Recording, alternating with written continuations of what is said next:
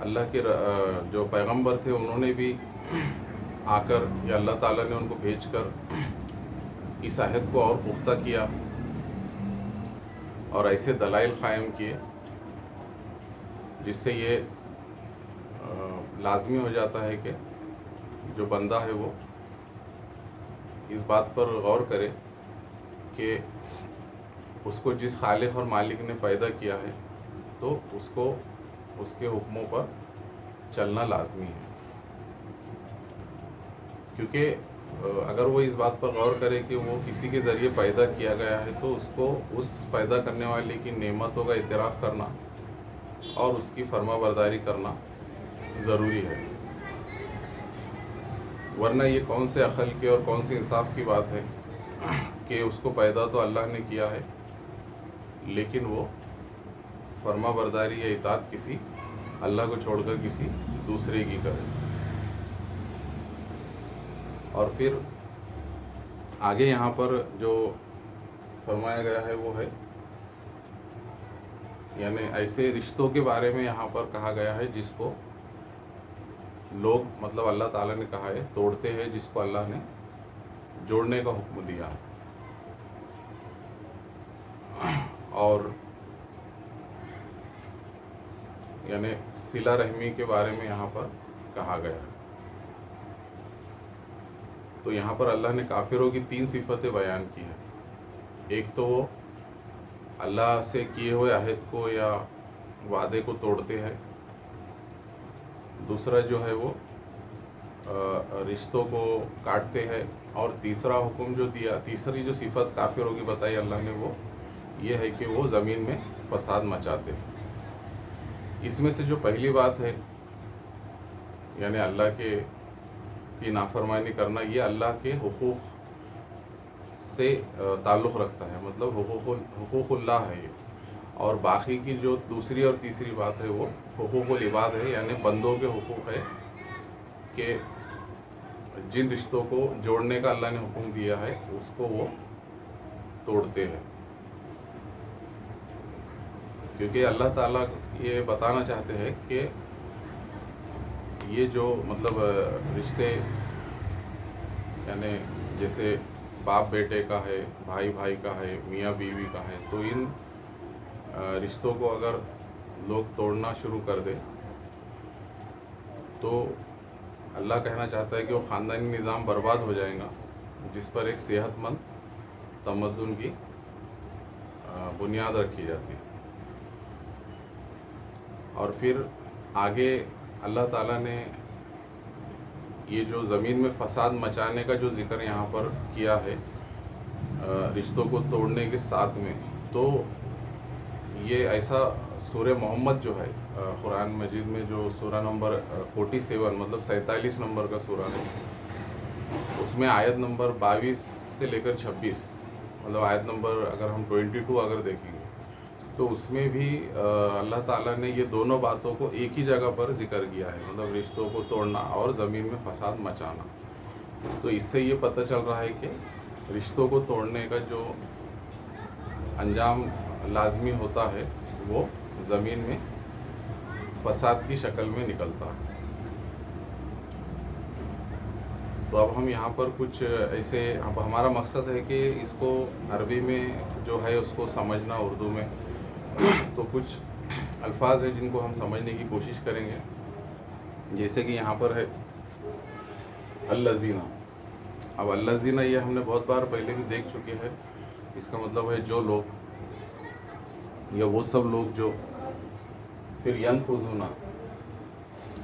اب یہ ینفذون جو بنا ہے وہ نون خاف اور زواد نخزا اس کا 3 حرفی یعنی فعل سے بنا ہے یہ, اور اس کا ماضی ہے نخزا یعنی اس کا مطلب ہوگا توڑا. مطلب کسی عہد کو توڑا ایک مرد نے یا اس نے. یعنی یہ جو ہے نخزا جو ہے وہ غائب کا مذکر کا واحد کا صیغہ ہے. پھر اس کا تسنیہ ہوگا نخزا اور نخزو, یہ جمع کا صیغہ ہوگا غائب مذکر کا.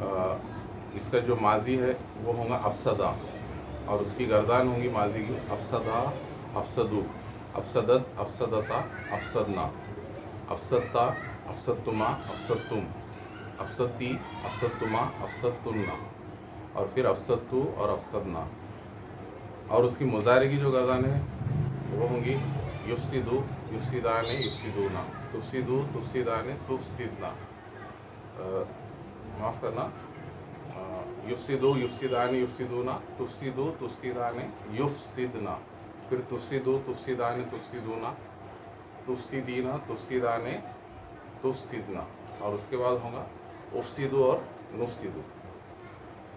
پھر اس کے بعد ہے فی الارضی. اب یہ فی جو ہے وہ حرف جر ہے، اور حرف جر فی کا مطلب ہے میں، مطلب جس کو ہم انگلش میں ان بولتے ہیں، زمین میں. اور یہ حرف جر کیا کرتا ہے کہ یہاں زیر ہے، اس کو زیر رہتا ہے تو وہ آگے والے کو بھی مطلب زیر لگا دیتا ہے. جیسے یہاں پر یہ فی، تو یہاں ذات پہ بھی زیر آ گیا، یہ بھی ہم کو سمجھنا ہے. جہاں پر بھی اب یہ میم ہے، یہ بھی حرف جر ہے، تو یہاں بھی زیر آ گیا. تو اس کے بعد ہے اولائی کا مطلب وہی لوگ، خاسرون، خاسرون مطلب خسارہ اٹھانے والے ہیں. یعنی یہاں پر اللہ تعالیٰ نے فرمایا کہ جو لوگ توڑتے ہیں اللہ کے عہد کو پختہ کرنے کے بعد، یعنی اس کی ہر طرح سے نافرمانی کرتے ہیں، اطاعت نہیں کرتے اس کے حکموں کی، اور جو چیزوں کا اللہ نے جوڑنے کا حکم دیا اس کو توڑتے ہیں، تو اصل میں اللہ نے کہا ہے کہ اس کا نتیجہ کیا ہوتا ہے کہ زمین میں فساد مچ جاتا ہے. اور یہی وہ لوگ ہیں جو اصل میں آخرت میں خسارہ یا نقصان اٹھانے والے. اس کے بعد پھر ہے، اور یہاں پر اسی لیے اگلی آیت میں اللہ تعالیٰ نے یہ فرمایا ہے کہ تم اس پروردگار کی یعنی انکار یا نافرمانی کیسے کر سکتے ہو، جبکہ تم بے جان تھے تو اس نے تم کو زندہ کیا، پھر وہ تم کو مارے گا یعنی دنیاوی زندگی میں، پھر جلائے گا مطلب پھر اٹھائے گا آخرت میں، اور تم کو لوٹ کر تو آخر میں اسی کے پاس جانا ہے. تو اس لیے یہاں پر فرمایا گیا ہے کیفا مطلب کیسا. تکفرونا، تکفرونا بولے تو یہ کفرا، اس کا 3 حرفی ہوگا، اس کی گردان ہوگی ماضی کی کفرا کفرو کفرت کفرتا کفرنا، کفرتا کفرتما کفرتم، کفرتی کفرتما کفرتنا، اور کفرتو کفرنا. اور اس کی مضارع کی گردان ہوگی یکفرو یکفرانے یکفرونا، تکفرو تکفرانے یکفرنا، پھر تکفرو تکفرانے تکفرونا تکفرینا، تکفرانے تکفرنا، اکفرو نکفرو. تو کیسے تم انکار کر سکتے ہو اللہ کا، یا کیسے نافرمانی کر سکتے ہو اس اللہ کی جس نے تم کو، مطلب اللہ نے کہا ہے کہ تم وہ کنتم امواتن، یعنی وہ مطلب، اور کنتم مطلب تم تھے، امواتن مطلب مردہ، یعنی تم مردہ تھے، بے جان تھے. یعنی اللہ نے تم کو پیدا جب کیا تو اس سے پہلے تم بے جان تھے، مردہ تھے. فَأَحْيَاكُمْ، تو اللہ کہہ رہا ہے کہ اس نے تمہیں زندگی، فا مطلب پھر ہم تمہیں، تم سب کو احیاکم حیاتی یا زندگی بخشی. پھر اس کے بعد ثم مطلب پھر، یمیتکم. اب یہ یمیتو مطلب 4 حرفی فعل ہے، کیونکہ یہاں پر مضارع میں یہاں پہ پیش آیا ہے اماتا یمیتو، اماتا اماتو اماتت اما، اس طرح سے مطلب یمیتو یمیتان یمیتونا ہوگا اس کی گردان مضارع کی. پھر ثم مطلب پھر یحییکم، پھر تمہیں آخرت میں پھر زندہ کرے گا. ثم الیہ ترجعون، اور تمہیں پھر آخر میں جانا بھی اسی کے پاس ہے، اللہ کے پاس ہی لوٹ کر جانا ہے. یہ جو بنا ہے ترجعون، یہ رجع، اس کا 3 را جیم اور عین، رجع یرجیو اور ارجع یرجیو، اس طرح سے یہ فعل بنا ہے. جس کا رجا کا مطلب ہوتا ہے لوٹنا. تو ترجیون مطلب اور الیہ مطلب یہ ہے حرف جر. الیہ مطلب طرف، یعنی آخر میں تم کو لوٹ کر جانا بھی اسی کی طرف ہے. تو پھر تم سے ان نعمتوں کا بھی سوال ہوگا اور جو نافرمانی کی ہے اس کے بارے میں بھی پوچھ ہوں گی اور پھر اس کا جواب دینا پڑے گا. اس طرح سے یہاں پر مطلب بتایا گیا ہے. تو انشاءاللہ ہم یہاں پر رکیں گے اور آنے والی جو ویڈیو ہے اس میں اگلی آیت دیکھیں گے. جزاک اللہ. السلام علیکم.